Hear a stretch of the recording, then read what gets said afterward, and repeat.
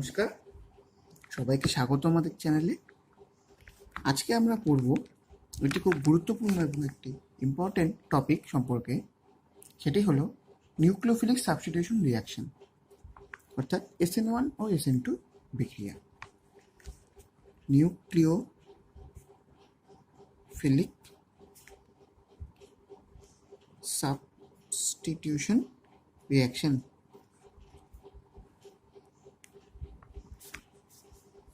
SN1 ও SN2 বিক্রিয়া।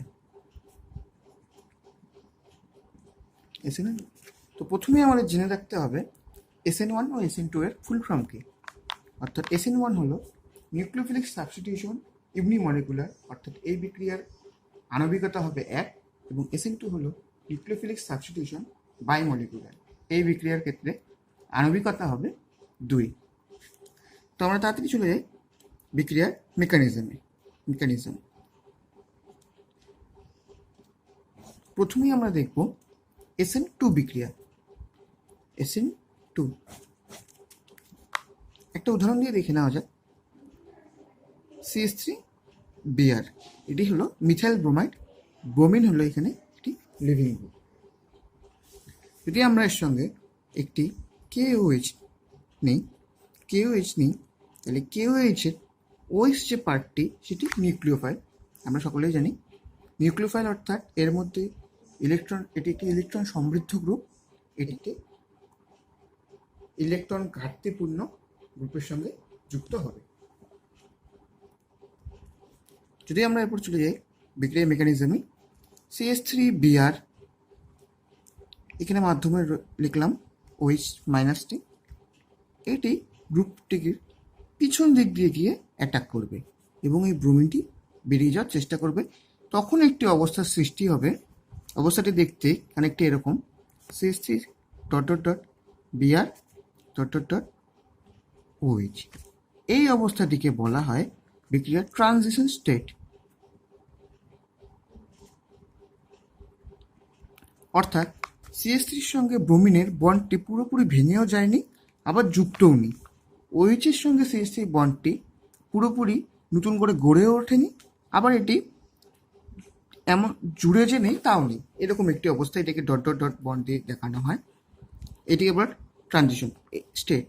এই অবস্থাতেই একটি বিক্রিয়ার এনার্জি সবচেয়ে বেশি থাকে। অর্থাৎ আমরা যদি একটি বিক্রিয়াকে গ্রাফের মাধ্যমে দেখাই, এটি হচ্ছে প্রোগ্রেস অফ রিয়াকশন।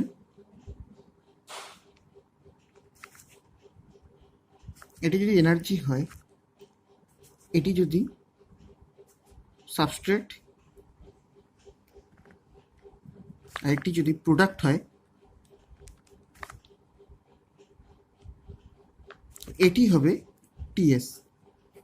তো যাই হোক, তখন যে প্রোডাক্টটি সৃষ্টি হবে, আমরা যে প্রোডাক্টটি পাবো সেটি দেখতে খানিকটা এরকম হবে। OH-টা এদিক দিয়ে যুক্ত হবে, কারণ এটি ব্যাকসাইড অ্যাটাক হয়েছিল।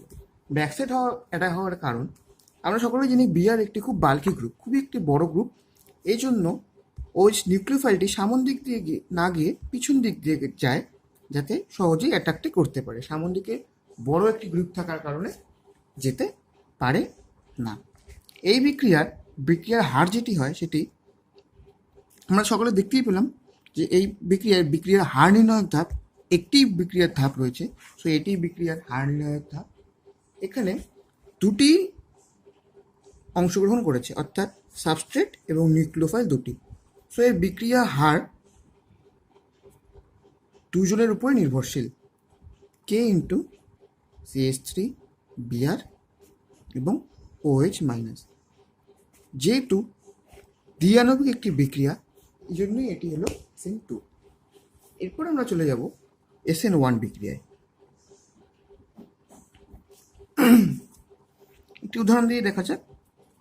CH3Br, CH3, অর্থাৎ টারশিয়ারি বিউটাইল ব্রোমাইড। এর সঙ্গে যদি এবার আমরা KOH এর বিক্রিয়া করি, প্রথমে যেটি হবে সেটি হলো এই যে এর থেকে একটি কার্বোক্যাটায়ন সৃষ্টি হবে। CH3Br, CH3 থেকে স্লো স্টেবিলিটি C+,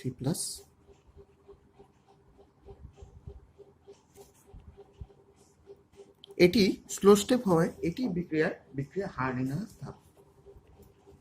এরপর এই যে CH3 কার্বোক্যাটায়নটি রয়েছে, টারশিয়ারি কার্বোক্যাটায়ন,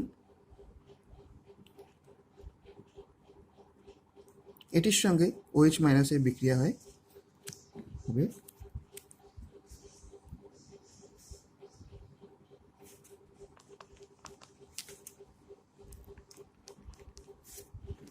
এরকম একটি প্রোডাক্ট।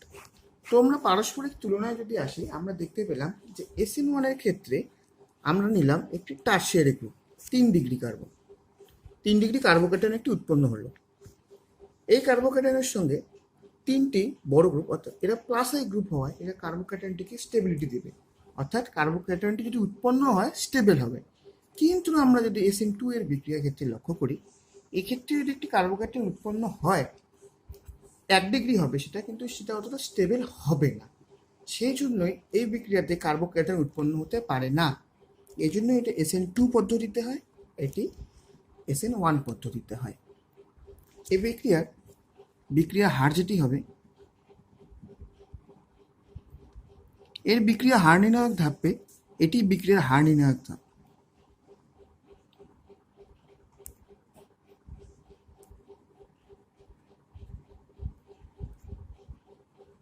ধাপে শুধুমাত্র সাবস্ট্রেটটি রয়েছে, এই জন্য এই বিক্রিয়া হার নির্ণায়ক ধাপ হবে এই যে এটা।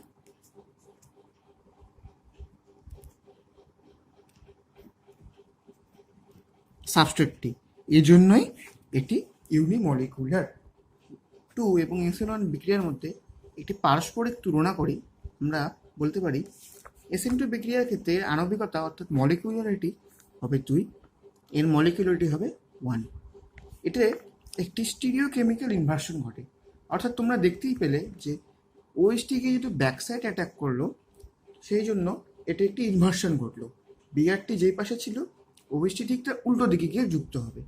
আর এর ক্ষেত্রে হবে একটি রেসিমিক প্রোডাক্ট। রেসিমিক প্রোডাক্ট কেন হবে আমি বলছি। SN2-তে যদি রিঅ্যাক্টিভিটি দেখো, SN2 বিক্রিয়া 1 ডিগ্রি কার্বোক্যাটায়ন সবচেয়ে বেশি করে, এরপর 2 ডিগ্রি 3 ডিগ্রি রিঅ্যাক্টিভিটির। আর SN1-এ 3 ডিগ্রি, দেন 2 ডিগ্রি, দেন 1 ডিগ্রি। তো এবার আমরা চলে আসি রেসিমিক মিশ্রণ, রেসিমিক প্রোডাক্ট কেন দেবে। যদি আমরা একটি সাবস্ট্রেট নিই C6H13, এটি রয়েছে বিলো দ্য প্লেনে, এটি রয়েছে অ্যাবাভ দ্য প্লেনে, এটি এটা বিআর। তো 2 ব্রোমো অক্টেন, এটি যদি একটি কার্বোক্যাটায়ন সৃষ্টি করে তাহলে দেখতে হবে এরকম।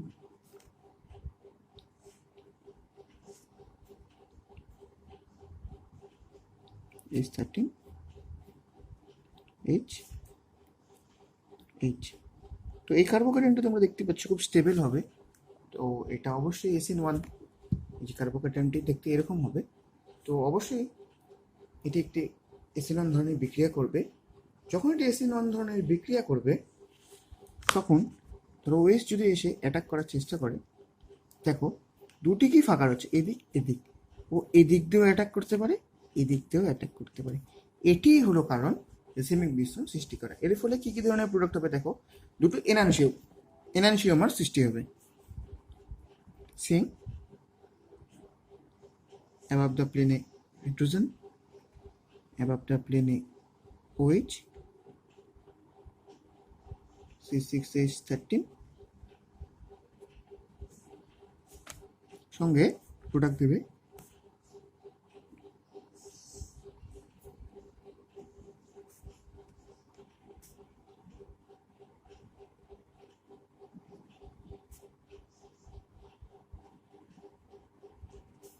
দুটো এনানসিওমার। তো আমরা জানি সকলে এনানসিওমারের মিশ্রণই হবে রেসিমিক মিশ্রণ। ধন্যবাদ ভিডিওটি দেখার জন্য। ভিডিওটি ভালো লাগলে চ্যানেলটি সাবস্ক্রাইব করবেন, কমেন্টে জানাবেন কী কী জানতে চান।